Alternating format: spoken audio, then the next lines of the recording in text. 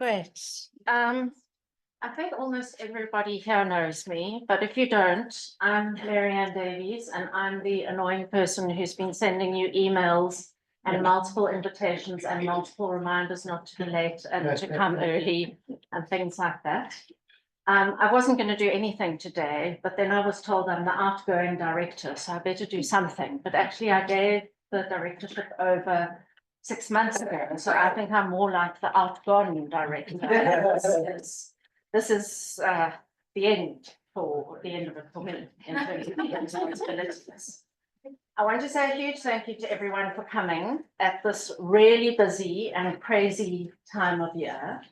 Andrew's going to tell you a little bit about the CIDER story and what we're trying to do this afternoon. And as he talks about that, he will tell you who all the people are who are responsible for us having this event today. And so you can go and find them when you join us for drinks afterwards and have a moan about the fact that you've got something added to your calendars in the first week of December.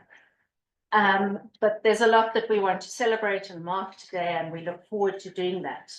But what I really want to do is to welcome you and to acknowledge everyone who's come today. And you're all here because in different capacities, you've been part of us on this journey. And so what I'm going to ask people to do, and sorry, this is a bit like school assembly, is to raise your hand if you belong to one of these groups and keep your hand raised. And I'm hoping we're going to end with the whole room having their hands raised, and lots of you are going to belong to lots of groups and run out of hands.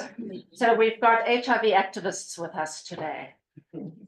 We've got health services with us today, representatives of health services. Keep your hands up, keep going. We've got NPOs, representative of NPOs here today. We've got research groups here today, research groups both CIDER, and we've got research groups who are collaborators, people who collaborated with us. We've got teachers in the faculty, we've got the School of Public Health, we've got UCT support services here today. We have got, not sure if HREC is here yet, but we did invite them to come. I think we're pretty full. Is there anyone who hasn't got a hand up? So thank you to all of you, because today is actually about it's about celebrating all of us and what we can do, what we did do long ago when we worked together, and what we can still do when we work together, and really just about telling the stories of that journey. So my co-pilot for this afternoon is Cloete. She's a senior researcher in CIDER, and she's part of our CIDER Management Committee, and she's also part of the School of Public Health Transformation Committee, and she's going to join me and introduce you to our first speaker. Thank you, Marianne.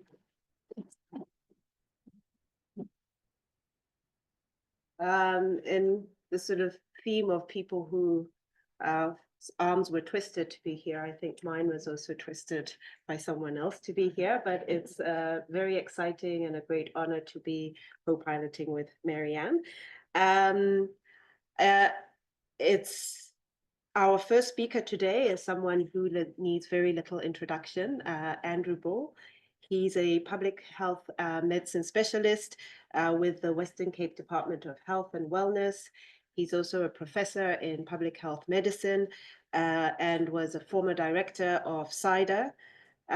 When Andrew was a registrar in the early 2000s, he actually developed a data system for collecting and analyzing data at the Khayelitsha cohort, and that was subsequently evolved into a national monitoring system for ARV programs. And one of the milestones that we're actually celebrating today is the transition from this Khayelitsha research cohort to our new Western Cape HIV/TB research cohort.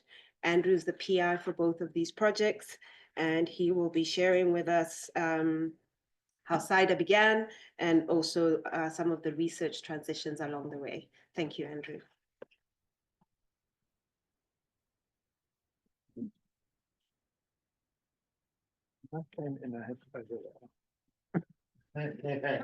So having to fit this all into a very short slot. I was given 5 minutes. I actually wrote it out. It may not serve us well, but I will try. So first, thank you very much, and Paul, for the introduction, and Marianne for the invitation, and for asking me to provide the background. It's wonderful to see lots of faces that I haven't seen for a long time, and to see this community together. I kind of get this sense, or one gets the sense when you're asked to give the institutional history, that you're getting on in years. So it's, I feel like I've reached a milestone.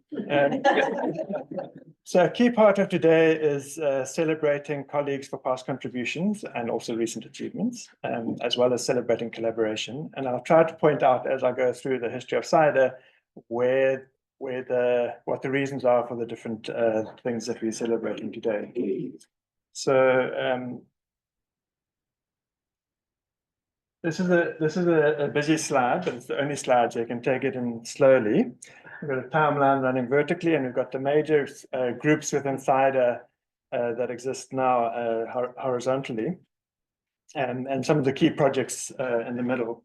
So this is not an exhaustive review of CIDER. There are many people who've done fantastic work in CIDER over the years, and what they've done may not be fully reflected here.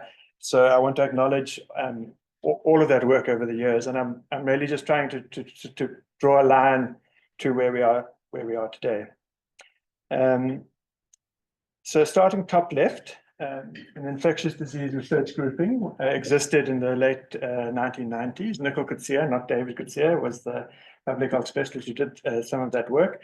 And right towards the end of the 1990s, started some work on PMTCT and developing guidelines for monitoring PMTCT with Taryn Young. I don't know if Taryn's here. It was, I think, one of Taryn's registrar projects. And then David arrived from the National Department and very quickly formed the relationship with MSF. But there were also other projects. There was a microbicide trial that David was running, and there was some TB epidemiology that was being done in advance of anticipated TB vaccine trials. David formalized it as the infectious disease epidemiology unit, but then we came and got into trouble with the faculty and the university, because we're not allowed to call ourselves a unit without being URC recognized. So then eventually, after lots of pressure, they applied for URC accreditation and got told they weren't allowed to be a unit. We had to be a center. And so that's where the name CIDER came from. But going back to the IDEU in those early days, the initial government-led intervention in Cloete, which MSF helped establish, was widely supported by clinicians and academics across the province. But David and Katherine were instrumental in taking responsibility for describing the outcomes of the treatment program, and we'll hear from them just now. And Eric, who led the MSF team and helped establish this form. The three of them helped establish this form of engaged scholarship, which has been a privilege to witness and participate in since I was allocated as a registrar, as Paul said, in 2001 to support the project. So the first celebration is of these three colleagues: David as the founding director of CIDER, Katherine as the epidemiologist who laid the foundation of much of the subsequent work in CIDER in this area. And I think many of you won't know, lots of what we take for granted today, the integrated stationery, CAPA, etc., originated with Katherine. And all three of them have been slowly kind of untethering themselves from CIDER. So we thought now is the moment. We're going to celebrate them. Soon after this cohort was established, we were approached and presented in the 2002 Barcelona conference. It made a splash because this was the first data from, and I think Keith, you and I were at that conference. It was the first data from a resource-limited setting that showed that HIV treatment could be delivered in this context. And soon after that, we were approached by Northern academics who said, can we have your data? We want to put it into a cohort collaboration.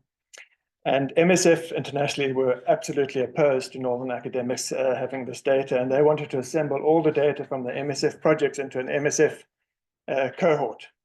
So Eric showed his magic and his ability to navigate complex terrain by designating that UCT would participate in these global collaborations as UCT. And MSF would participate in the MSF-wide collaboration as MSF. In fact, I don't think MSF ever included the Cloete data in their analyses. But this opportunity to participate and learn some of the expertise enabled us in 2006, when there was a funding opportunity to set up cohort collaborations led by the NIH, to assert very powerfully that we had the expertise in country, and actually we could assemble this cohort for South Africa, and we didn't need to have each partner giving data to a northern collaborator.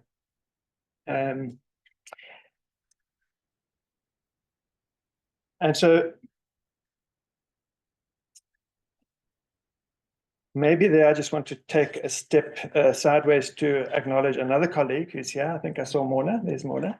So navigating that complex terrain of setting up that cohort collaboration, each partner that had access to antiretroviral treatment data at that time had these complex relationships with partners. And to set that up as a South African-led collaboration required a lot of delicate footwork. And Morna brought this experience of years of work in the HIV sector, years of work as an HIV activist, deep networks with individuals in these networks, and helped us navigate that and establish what has now been an 18-year cohort collaboration hosted here at UCT.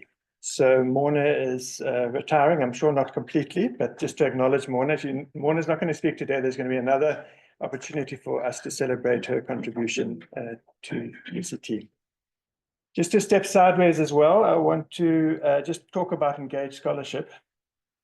I'm sure Nathan might refer later to some of the contributions to the productivity of this three-way relationship between academia, services, and an advocacy partner that had feet on the ground, that was able to really make projects happen and reflect what it was doing in ways that led to change. And subsequently, the public health being drawn into services and collaborating directly with services. And I'm hoping, Keith, you will talk to that as well as another form of engaged scholarship.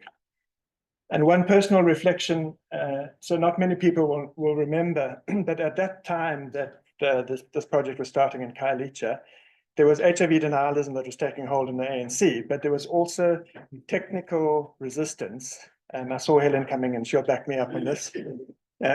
Where many of our leading health stewards and leading technocrats were vehemently opposed to HIV treatment, not because they were denialists, but because they didn't think it was possible. Here was a country that couldn't deliver immunization at levels of coverage that were adequate, a much more cost-effective intervention. How could we possibly do HIV treatment? How could we deliver a less cost-effective intervention over a more cost-effective intervention? And what I learned from Eric and from MSF is the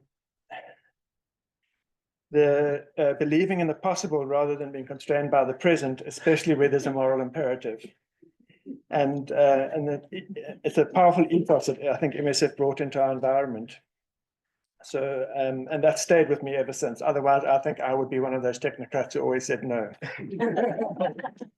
So flipping back to the HIV cohorts, I think I've already mentioned how it became an enduring theme within CIDER. But just to maybe mention that this has become, I think, a globally recognized expertise within UCT under Marianne's leadership. So that's one of the pillars of CIDER as it is today. And then the farewell that Impel mentioned, which is saying farewell to the Cloete cohort. So it's been 25 years, and I see some of the PIs of some of the other cohorts that were part of IDEA are also here. And it's now been subsumed, and we say welcome to the Western Cape cohort. And I don't know if the long-suffering HREC are here, but the documentation went in a month ago and it's formally closed. So you won't be getting another renewal. But this new Western Cape cohort has been made possible because of the data systems in this province. And I think some of the architects of those data systems who've stewarded them over all these years are here. And so this is not credit to CIDER, this is credit to the province that those data systems exist. and have continued to improve over time. And the data journey started just tracking the systems that Katherine set up, with the systems that Katherine set up, and then having to link to laboratory and register data, and then leveraging these investments in the Western Cape and registration and unique identifiers. Then we wanted to answer the question of whether efavirenz, as it was now going to be scaled up globally, might be associated with neural tube defects. And so we got an NIH grant to look at association between efavirenz and neural tube defects, and which led to the pregnancy exposure registry. And that led to the first data scientists being seconded into the public health component of the provincial government. But they saw no need to limit what they were doing to pregnancy. And they well, if we're doing it for pregnancy, let's do it for all of the data that's available to us in the province. And that led to the Provincial Health Data Center around 2015. And along the way, there were also years of support to the National Department of Health, where they didn't have these detailed and these integrated systems, but an electronic register replaced the physical registers, and Meg, who's here, led that work. And that system is still managing the data for 5 million people in the country who are on HIV treatment. So that has led to the strategic information work stream within CIDER that continues as a unit within the center. And that pregnancy exposure work, Emma, who's the new director, was fundamental in writing that proposal and steering that project. Was efavirenz, it became dolutegravir, but it also led to this other work stream, which is the maternal child and neonatal health work stream, which continues to be a productive and ongoing work stream that Emma leads, and Ushma, I don't know if Ushma's here, she's in Durban. Yeah, wonderful. And made massive contributions to over the years as well. And then to complete the CIDER journey, Lee joined, I think, 2010, Lee, where's Lee? And brought his considerable modeling expertise. He said he would never do anything but HIV, but then he did TB, and now he's doing all sorts of things. And it continues to be the kind of fourth pillar of CIDER as it is today. In terms of celebrating people, I had meant to have lost my track, but anyway, Emma as the new director, I think we acknowledging that. We're acknowledging Marianne for 7 years of leadership of CIDER at a time where Marianne didn't have a small job in province. So it's been a remarkable effort, and it's been a very productive time for CIDER. And Landon, I don't know if Landon's here. Yeah, but prior to Marianne, Landon took over from me when I took my provincial post and stewarded CIDER until the point that he became the head of the School of Public Health. And Nathan, who has been a mentor to all of us, who has never been an employed academic anywhere, I don't think, and yet is a professor. Honored by UCT for his very prodigious output. If you go onto Scopus and you look at UCT's top authors, Nathan will be up there amongst the top few authors. So it's a fantastic opportunity to honor Nathan on his accomplishment, and also thank you, Nathan, for being here at this time and causing us to have this event. And with that, thank you very much. I hand back to the chair.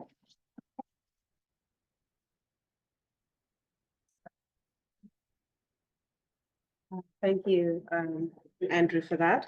We're going to move on to our next speakers. We've got 3 speakers who I was very fortunate to meet before they actually left CIDER.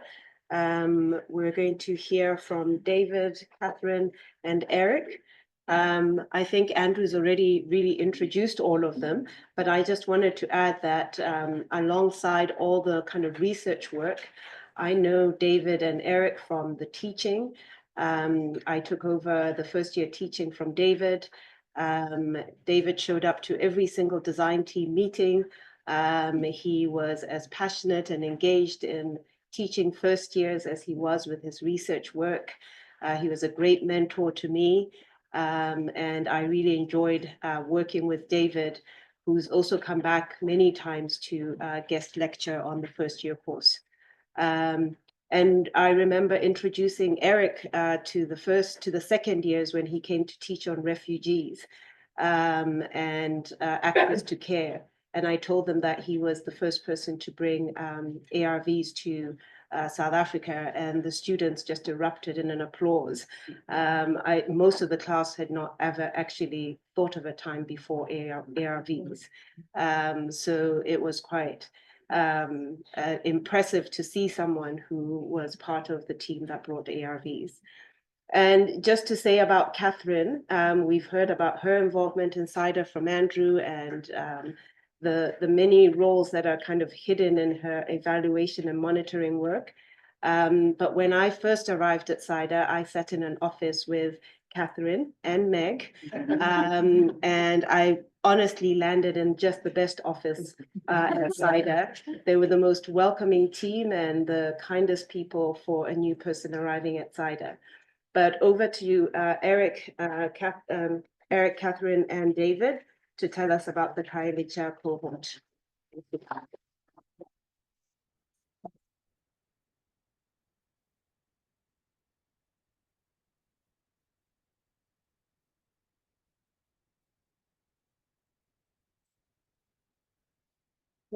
Good afternoon. It's a pleasure to be here and quite emotional. I'm going to let Eric and David do most of the speaking. I think, Andrew, you've said everything. You've been my mentor from the beginning, and there's many people here. In my long career, my best boss has been Meg. And the people I've worked with, Rob and Jonathan, I had many, many happy moments here. And I think I'll let other people speak better. Thank you.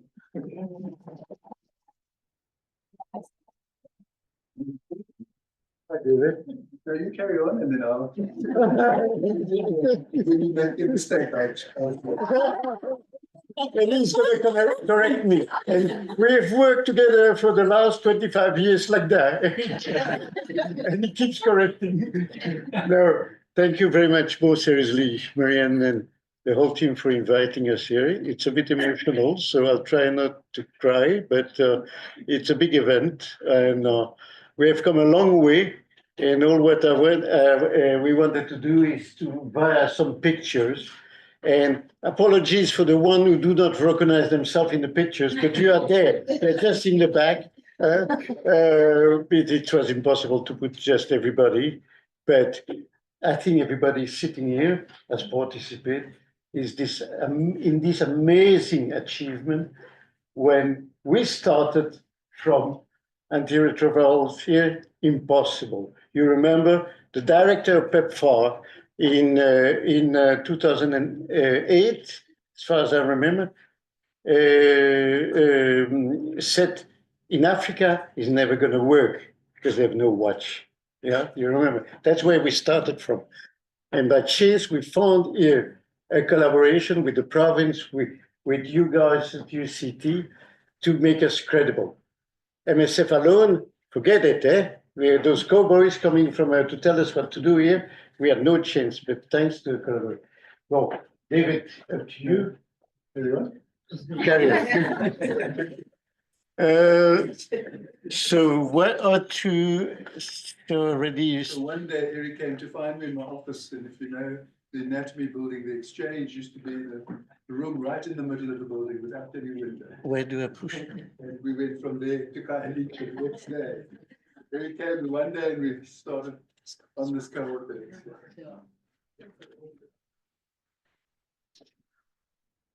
Didn't start in Khayelitsha, started in Alexandra because it's next to Johannesburg. That's where you land when you come. And I went to see the colleagues there and say, hey guys, have you seen HIV? Oh yes, there's plenty, Eric. And why don't you do anything? I had no answer there. It was very polite. And I learned the South African way to interact.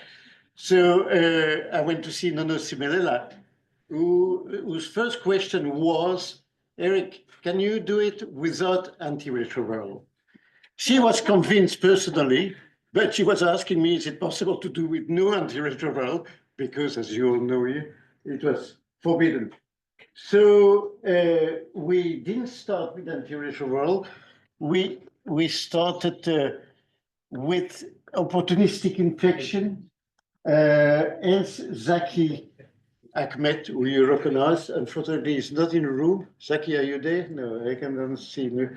Needless, he's the one who said to me, Eric, don't lose your time in Johannesburg. Come to here. I will introduce you next day in Kailicha, 8 o'clock next day. Introduce me to Kailicha. Well, I was a bit, to be honest, a bit frightened. The nurses inside B, as well, were telling me, no, don't come here. We don't want all to get infected. You know, there were funerals, you remember, in that time, one after the other. And the trauma was there. So first thing we did, Zaki coming back from Thailand, we sent Zaki to Thailand to go to collect fluconazole. Because ARVs already sounded a bit far away. So let's start with fluconazole because the main identified cause of death was, of course, cryptomeningitis. And we took that time, we didn't think about ambisome and stuff like that. We were still with fluconazole proof to treat it. So Zaki came back from Thailand, very proudly showing generic fluconazole. He was arrested immediately, and the stock was seized. But again, with the protection of TAC, you know, all the activists, it was impossible to stop him completely. In the meantime, up there in the clinics, a lot of talks started, you know, to put people together, make sure they understood, and a few, and we embark into the already existing, thanks to the province, got the existing PMTCT program to, and let's start with something simple, prevent HIV positive newborn.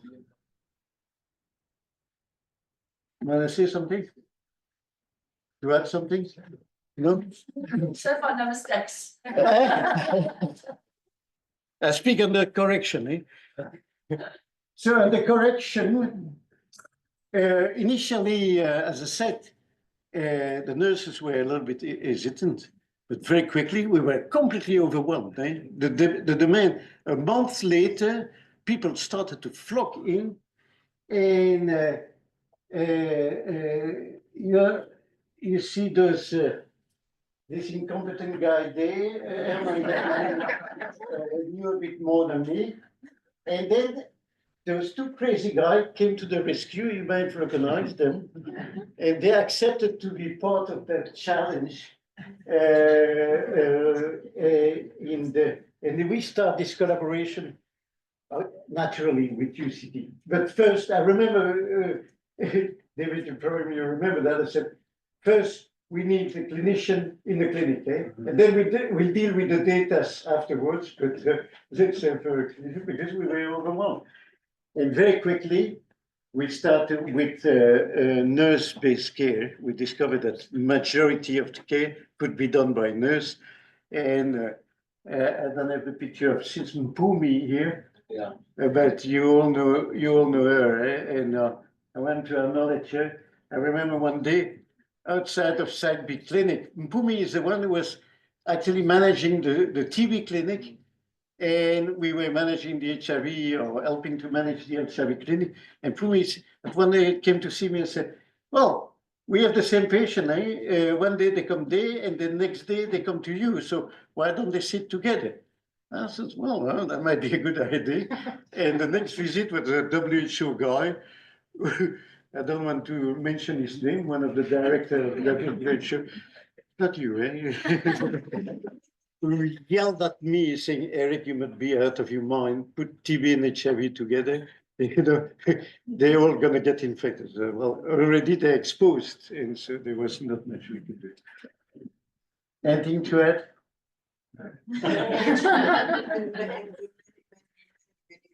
That Andrew has had. He worked as a clinician and Michael M regularly. He was the first clinician of Michael M. Absolutely. Been forgotten before he got more sucked into data. No, but he's there, definitely. So, yeah, number increased rapidly, and thanks to CIDER and thanks to, I must say, the M&E people supporting evidence came in. First, 400 people on treatment, anniversary of the first 100. Galicia celebrating and a key moment. Sorry, yeah. Okay, sorry about that. And key moment. Once we had, how many people was there on treatment? David, you remember when we did the press conference in 360. Huh? Wasn't it 360? 360, something like that. 360 for 12 months, right? Outcome. And yeah, you were the key. Okay. And well, we said, and they're still alive and they're going well. And I think it was a key moment to convince politicians and political, the one who were in charge, that it was a good thing to do. But of course, in the room, there were a lot of activists from TAC and saying, and mostly women saying, we want this kind of treatment. So it changed completely the mentality, while in the meantime, we were dealing about access to ARVs. I think I'm speaking in the next slide. Yes, in terms of access, you might remember this woman, Mariana Deep. Yeah, Mona, you remember her. She was a bit, Terrifying. yeah, she was exactly. She was the representative for the Pharmaceutical Association, and she is the one who set it up, this court case against the South African government for breaking the patent and importing antiretroviral.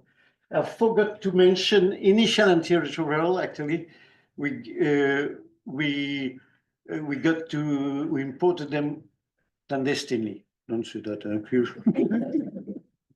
from Pharmaguinhos in Brazil.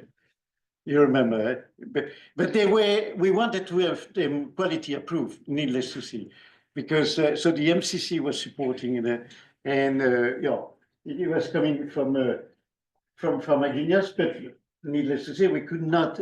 We had a maximum of 160 treatment, so we went to have many more, and these guys were making our job a little bit difficult.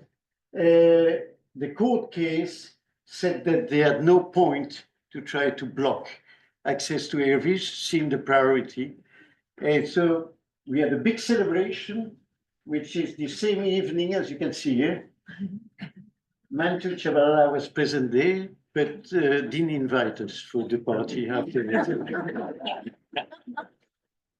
Those guys played a big role by writing in the Mail and Guardian the name, we are under antiretroviral, please, Mr. President, do it for everyone, you know? And their voice, again, we have been protected by, I think, the voice of all people living with HIV who were on an antiretroviral. They were the evidence there.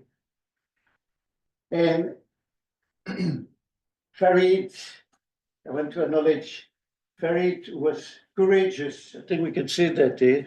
He took his stand, he was courageous in an environment that was not always easy. So he, by the way, he asked me not to meet in the ministry, but rather in the cafe, not to expose them, you know. And Vuye Dula, who replaced Zaki afterward, and this famous nurse from side B, I mentioned initially, improving. Yeah. And last but not least, Zaki one day called me, Eric, would you like to meet with Nelson Mandela? On the Friday, I remember, on the Friday evening. To who? Nelson Mandela. Yes, brother. So, okay, hurry up, tomorrow morning, 8 o'clock, you come to my place in Muizenberg, and you're gonna meet. And I had the opportunity to meet Mandela. It was not what is displayed on the picture, but of course I asked him, can you please come to visit the clinic? We organized a visit in Site C. In that time, it was tense, you remember? We were under, well, Site C is and Mantu Chavalala had imported this guy called Matthias Rat. You remember him? You know? Come. Yeah, talking nonsense. He initiated a court case against us, but he lost it, he dropped it rather. And Madiba accepted it. I'd asked Mathieu Damane, who is CIDER, one of our first patients, to hand over this HIV positive T-shirt. That's where it comes from. And if he would take it in hand publicly, means he would accept to endorse the cause. Madiba, being Madiba, took his shirt off in front of everybody. Look at the security in the back. They were in a panic. And ended up with that picture. From that day, locally, there was not any intimidation anymore, no threat anymore. Finished with the Matthias Rat of this world. Thank you. You want to add something? I speak too much, as usually. I think we end up at the end. Afterwards, yeah, we reached it's one of my last slides. Just to mention that from individual person-to-person talks to activism in the waiting room, step by step, you know, we started to understand the constraints and managed to improve with this decentralized differentiated service delivery, which is a huge work, the constraints existing. And we realized that it was not really a linear model, but a circular model for lots of people under constraints. So they had different priorities. So we integrated TB and HIV officially, and then afterwards with NCD, despite WHO opinion. No, of course, they said it's things to do, but differentiated model of care, welcome back service. And last but not least, attended a ceremony invited by TAC in Site C in to celebrate people who have achieved 20 years on the ARVs. Last week, yeah. And many more now will happen. 20 years on the ARVs. So we don't need to prove anymore. It's possible.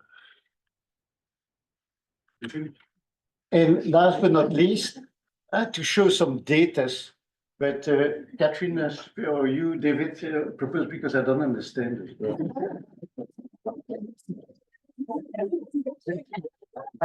It worked. Shows that it worked. I think it's more important why it worked. I think it worked because working in the services with the province, having a university involved, having TAC, you could never have done it without TAC. The treatment literacy, the support groups, the way they came to the clinics and encouraged patients to come. So that was very, very important. So without all four partners, I don't think it would ever have worked. And I think this shows it worked. And if I remember correctly, after 2 years, 75% of our clients were still alive and on antiretrovirals. So that was the 2 years was the big, our first big paper was the 2-year paper. That has probably had the biggest impact of all the things that we actually wrote. But and 55,000 people on ARVs, only for Kailicha. That's infected. 55,000 tested. Tested. You see, exactly what I said. I don't understand anything you had correct. No, but more important, and I'm finished there, I think the complementarity, you know, people who are not necessarily used to speak to each other, to work with each other. But I think this collaboration was a unique partnership. Each of us in our domain, sometimes friction, inevitable friction, but all together making sure that we used everyone added value to make our point there. And I think, Nathan, you'll be the results are there, and Kalicha, remember, remains as an inspiration of what's possible for other settings. I think that's it. Yeah.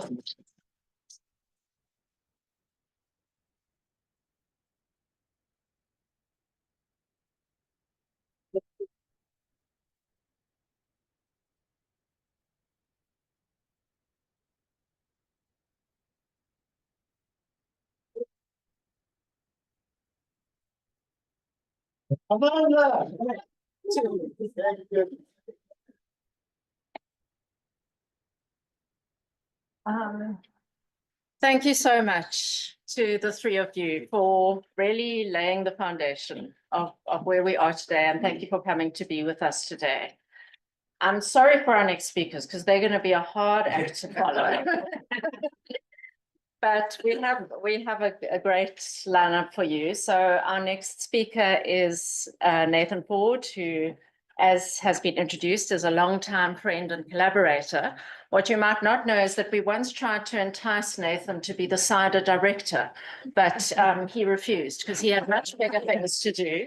He was going to the WHO, where he is a scientific officer and is the chair of many WHO guidelines review committees. Before that, he did a lot of work with MSF, and I'm very proud to say that he did his MPH here at UCT. And one of the things, as Andrew said, that we're celebrating today is that he's an honorary professor at UCT now. But more importantly, he chose to be an honorary professor at UCT, even though he got an offer from the London School. So we're very honored that you chose us over the London School.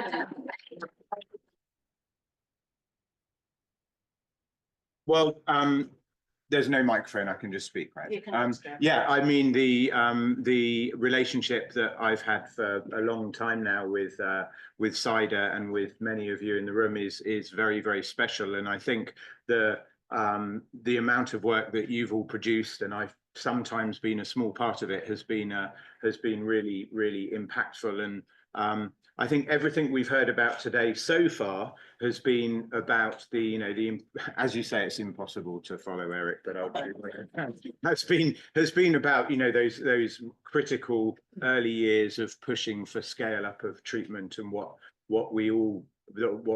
probably everyone here in the room knew was the right thing to do, and just had to find ways to make it happen. My contribution, I suppose, to what's already been said is that a lot of the work you have done has had a really, really important global impact that perhaps you're not always so aware of, but has really changed guidelines, policy and practice at a global level. To prepare for this brief presentation, I did a systematic review this morning of Andrew Hall and Marianne Davies, and I skimmed through the 200 plus publications that have come out on HIV from the Western Cape, and it's a quick and dirty way to really tell a history of all the clinical challenges that researchers here have tried to address during the scale up of treatment, starting from the cost of treatment, the management of side effects, the switching from first line to second line, the models of care, integration, decentralization, pediatrics never always being part of the story, and PMTCT as well. These are all contributions that were made. It made me think that if I was to break Marianne's request and come with slides, my presentation would be titled Act Local, Think Global, because that's really been what's happened here. The research that you've done here has primarily been about solving problems here, but these are problems that existed in many other parts of the world. So making that extra step to do the good science, write it up, document it, share it, creates a much bigger impact, even if the primary intent was quite correctly to solve healthcare problems and improve the services here. There's a famous quote of an epidemiological study. They say the purpose of a good study is to ask an important question and answer it reliably.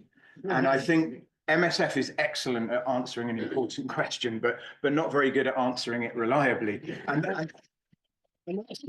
But that's why the collaboration comes in. The collaboration that you've all been speaking about has been one where the right questions are being driven by the service providers, and the work of you here in CIDER and elsewhere has been to ensure that the answer is reliable enough to not only solve problems here, but to solve problems more globally. And I've just got 4 very concrete examples of global World Health Organization recommendations that would not have existed or would have taken a longer time to exist if it wasn't for research that was generated here.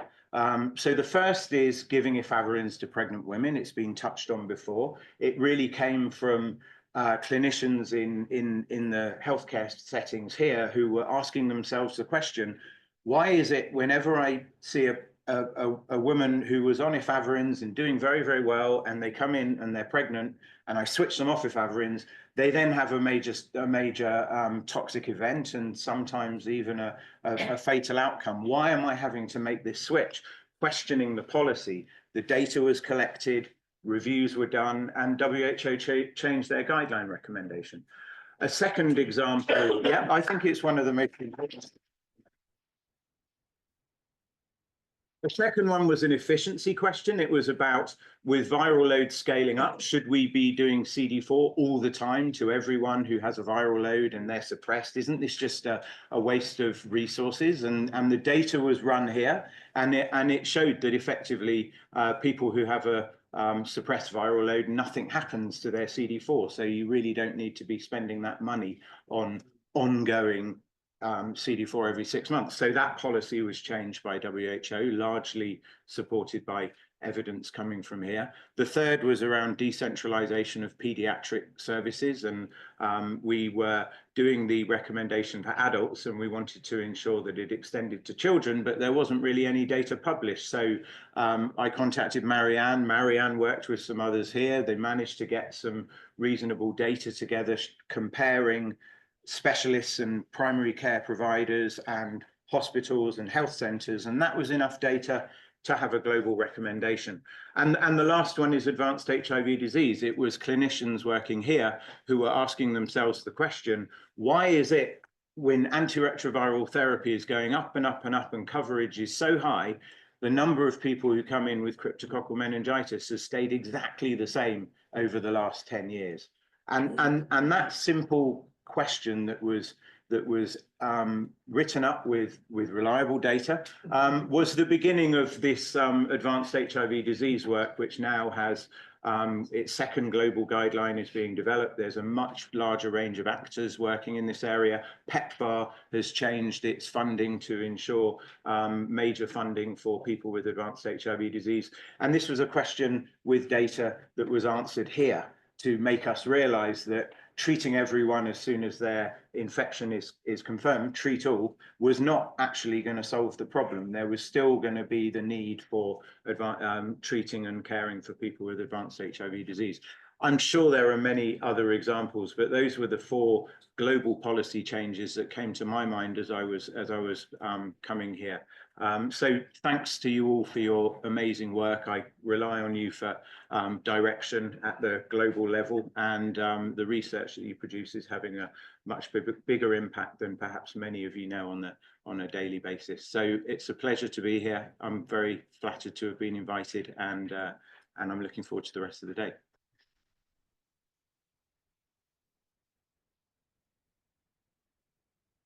Thanks so much, Nathan. And I want to emphasize that work done here doesn't necessarily mean work done by CIDER, but work done by all of us here and all of our partners.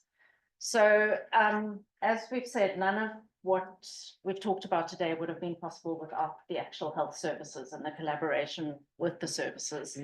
And there's no one better to talk about the services than Keith Cloete, who is head of the Department of Health and Wellness in the Western Cape. I'm also very privileged to call him my boss. Keith was born in District 6, you may not know that. He started out in 1989 with Western Cape Health as a medical officer on the ground, actually delivering healthcare. And he was the chief medical officer for health programs, I think, for the Cape Metro at the time of the Khayelitsha PMTCT program. And then on the eve of national antiretroviral rollout in 2003, he became the director for HIV, AIDS, STIs, and TB. So at an absolutely critical time. So we really look forward, Keith, to hearing your reflections on and your perspective. Thank you.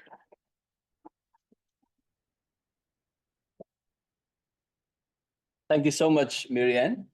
Eric, David, Katherine, it's really a privilege to be here.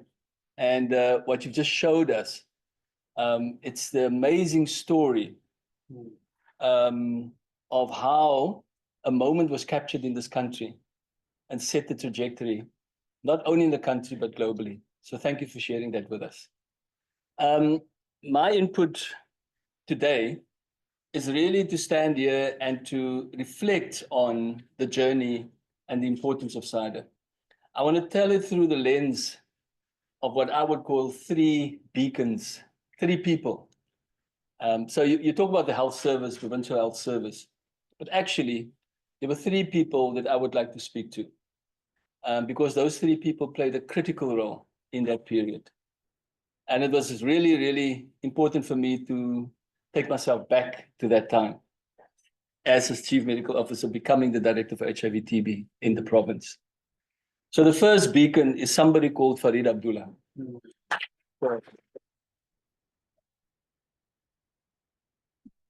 So you have to understand, and now it is probably much easier to do the right thing.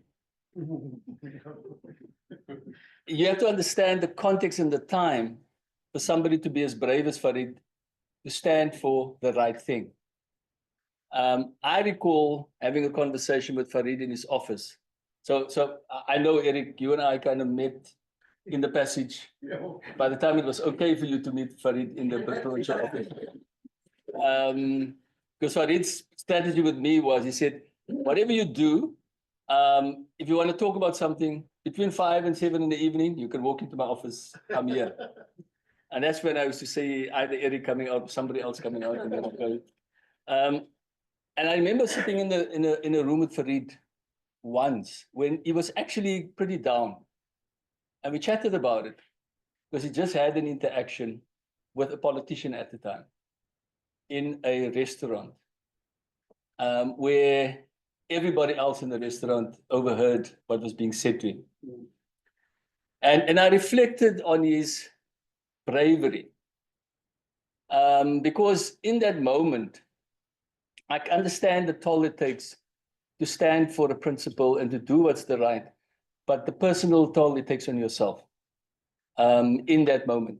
So in that moment of vulnerability, it was really, I got very close to understand what it means to be as brave as Farid was in that time. The other thing is quite a funny story, because I think Farid had moved on. And then because I was a director, I arrived, because I was director in the Western Cape, I was asked by Nono to be part of a South African delegation to go to the United Nations, UNGAS. It was just before the Toronto AIDS conference. And I remember sitting in New York, and I'm part of the South African delegation. So the first thing is, it was in the Monday. So yeah, so I was introduced to Mantu on the sidewalk because I'm part of the South African delegation. So the person that introduced me to Mantu is saying, this is Keith Cloete, he's the director for HIV/TB in the Western Cape. He's part of our delegation and he's meeting. So she looked me in the eye and said, "You little Farid." And so he said to me, So now I'm sitting in the government meetings every night debriefing. And the next day was time for us to go into the United Nations.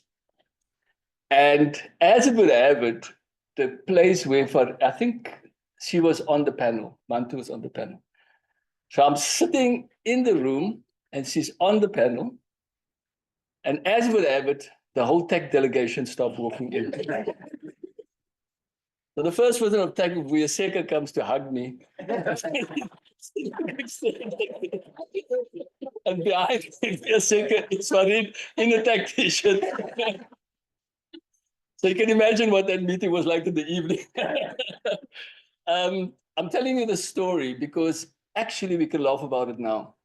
But at the time, it was actually a very, very difficult thing to navigate that in government. And you mentioned the Raad issue and the court case and all of those. Hopefully, we will never go back to those times. But I salute Farid for what he's done in that. So that's the story and the beacon of a manager. But I would like to also recognize the beacon of a clinician. Now, he's unfortunately not here because I remember him at the time. And that is Graham Meintjes, because he was really a beacon in terms of clinical practice where Graham operated. Now, obviously, when I say Graham, Mark, I see you all here, there was a huge group of clinicians that did phenomenal work in that period. And it was an absolute pleasure to become the director in this province with that caliber of clinicians working in our system. And I remember all the fantastic engagements because literally you could just ask the guys. I mean, I remember Gary Martins, I remember everybody, Brian New Year, everybody, all the clinicians. But I want to single out Graham because of what Graham did at Geefjuiste, because of the program that he ran. And also, I always remember the way that Graham was measured, what he did, and how he brought his professionalism to what he did. So for me, as a second beacon, in terms of a clinician, you'll understand a little bit later why I put 3 beacons forward. And then the third beacon is somebody called Andrew Bull.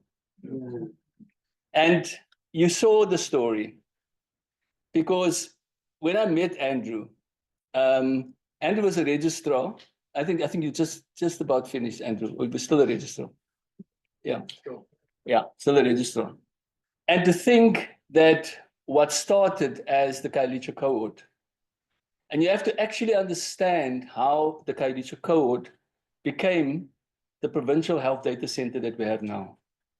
You have to understand that from there, you have this. But to understand that it is the absolute singular purpose that Andrew brought to that.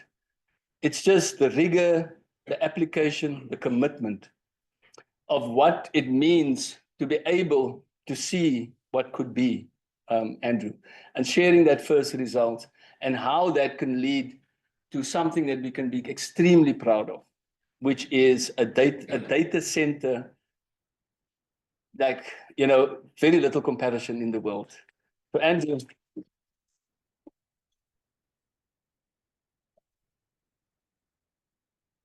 So the reason why I took those 3 anchors, and I really don't want to offend anybody. There was hundreds of wonderful people, but I'm doing deliberately from a manager with a will to be brave, from a clinician that really does phenomenal work, to a scientist, epidemiologist scientist, that can bring all of that together, which can tell the reliable answer and the reliable story.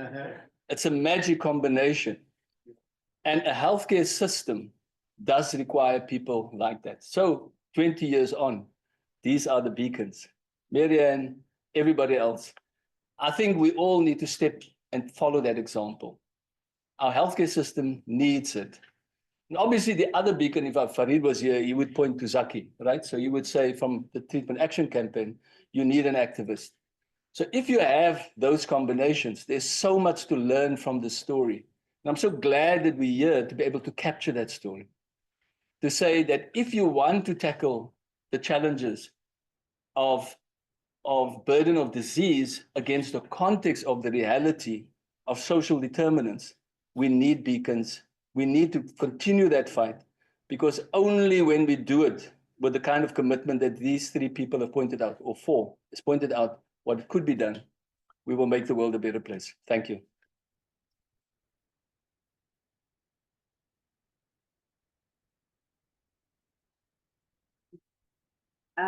Thank you to all the speakers and for sharing that journey and reflection of CIDER over the past 25 years.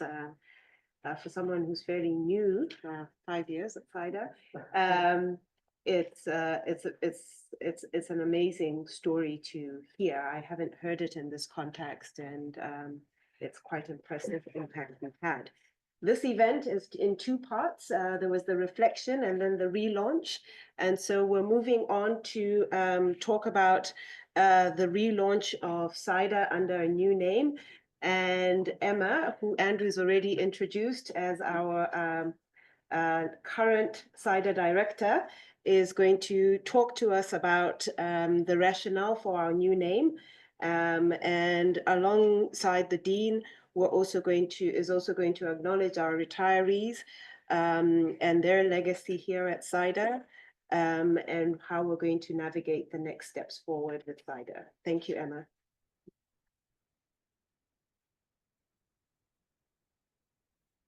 So thanks very much for the introduction. And I assumed the directorship recently from Marianne, and I would like to acknowledge her for her strong and supportive leadership over the past years, and especially during some quite disruptive and difficult times, including COVID.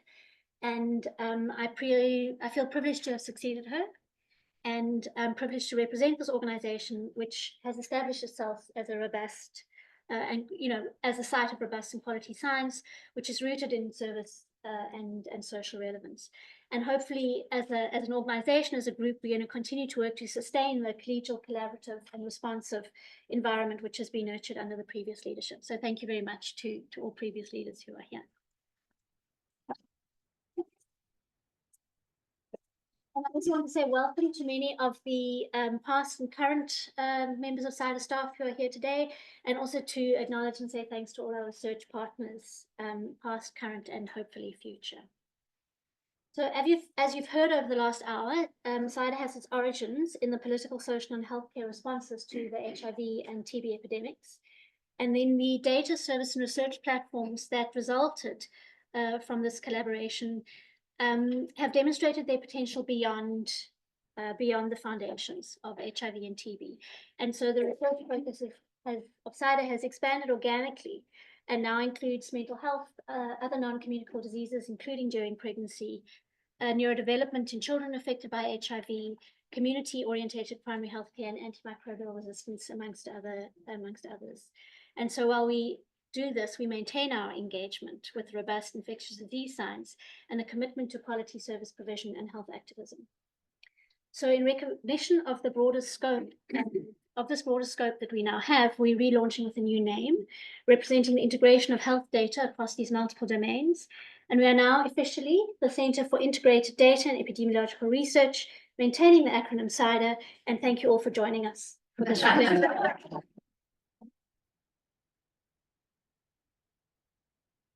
Quickly brought us up to date, and now Professor Lionel Green-Thompson, who's the Dean of the UCT Faculty of Health Sciences, will conclude this brief ceremony and acknowledge the contribution of colleagues who are recently. So colleagues, it was in the last 24 hours, I was trying to prepare remarks for this afternoon and had only one thing to say when I came, and then it grew into a number of other things as I listened this afternoon. But two images arose for me. And the one, and I'm getting into the Christmas mode because I'm on leave from tomorrow, but I recognize coming into this space, the word that Tracy uses in the office often is mafiyizolo. So I'm very much the mafiyizolo because I only came 5 minutes ago. And I'm really recognizing the extent to which we bring the faculty into the story. And I think it's clear that that has been enabled to a large extent by the arrangement with the faculty. But as Eric, and I want to start with Eric, David, and Katherine's remarks, because the two images that came to mind, I asked Tracy as I was sitting there, what's the opposite of mshegazi?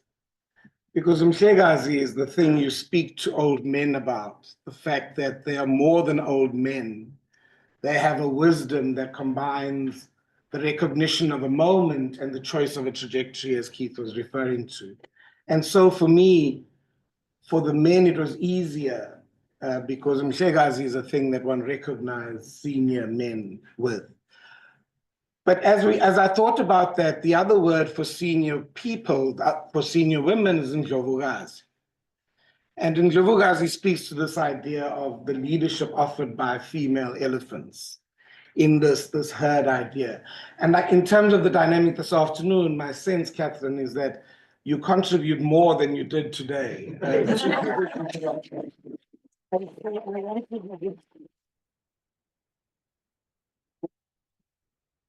And so I want to just locate my remarks today in my deep respect from the people who've gone before, and I think the beacons that Keith offers, the people who go before us, who recognize the moments that change our lives forever.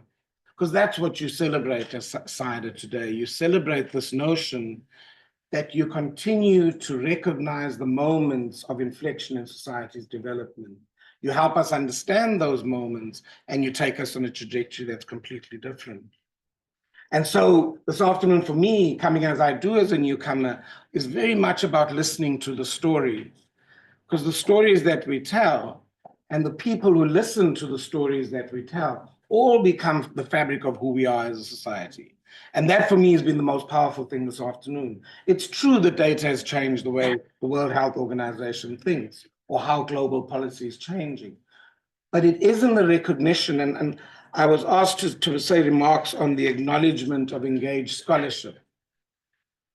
Because in many ways, that interaction of those different constituencies are the manifestation of engaged scholarship. So when Boyer in 1990, in trying to understand what the professoriate should be in a modern world, conceptualized these 4 different scholarships, he spoke of the scholarship of discovery, the scholarship of integration, the scholarship of application, and then the scholarship of teaching. What Boyer was trying to do in that time was trying to reconfigure what the professoriate should be in a world that was changing and in a world that continued to raise challenges of how we are. And I suppose even in the way that those scholarships have combined with more modern thinking about the scholarship of engagement, what does it mean for the academy to intersect with society? How is that made real in the things that we do? And in fact, listening today, the CIDER may well be a case study for engaged scholarship, because in many ways, Virchow at the turn of the century spoke about physicians being the natural advocates of the poor. What came through today in terms of the engagement with activists like TAC was that the poor are the necessary anchors for our scholarship and engagement. And if we keep that balance correct, then in fact, as a faculty, we can grow into that spirit of engaged scholarship. Because often our work is acting upon people. We see them as subjects. But I think the dynamic that emerged today was very much this intersection of the academy, of the service provision platform, and this real generative force of the community. So I'm really grateful for that. And I want to thank Nkosi Kakhulu, because that is a deep sense of the gratitude that I feel for the contribution people have made. I'm going to segue very quickly then to the recognition of other people who have been part of the story. And one of my things that I'm recognizing at UCT is that I often only meet people at retirement. And there are just so many of them that it's really been a really great thing that in the retirement events at the end of each year, the meeting of really gifted people whose story in themselves is not always told. And so as we begin this idea in the faculty of storytelling, I want to congratulate CIDER as their story morphs into the new center, that they become a deeper part of the story that UCT is and continue to recognize the people who make those contributions along the way. So thank you very much. I think there's a thing to introduce. We're just going to end by acknowledging recent and not so recent retirees, so an eminent retiree, and we'll ask all three of you to come up together so it's not so awkward. So Mona Cornell, Deb Coetzee, and Katherine Hilderbrand. We never acknowledged them.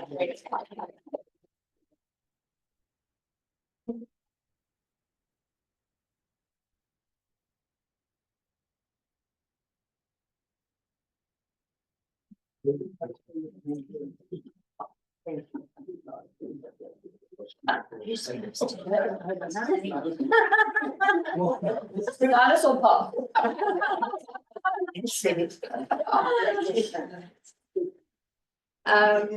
So we're acknowledging them and not the other people, or they're getting gifts because they actually were all CIDER staff. So that's why they're the ones getting gifts and not everybody else. But we're grateful to all of you, and please come and join us for a drink and a snack upstairs, and let's share some more stories. But the dean. So I just wanted to say, one of the things that I learned today was, you know, when a senior professor teaches the first year, you've got to recognize the level of engagement at that point. And so thank you very much for that.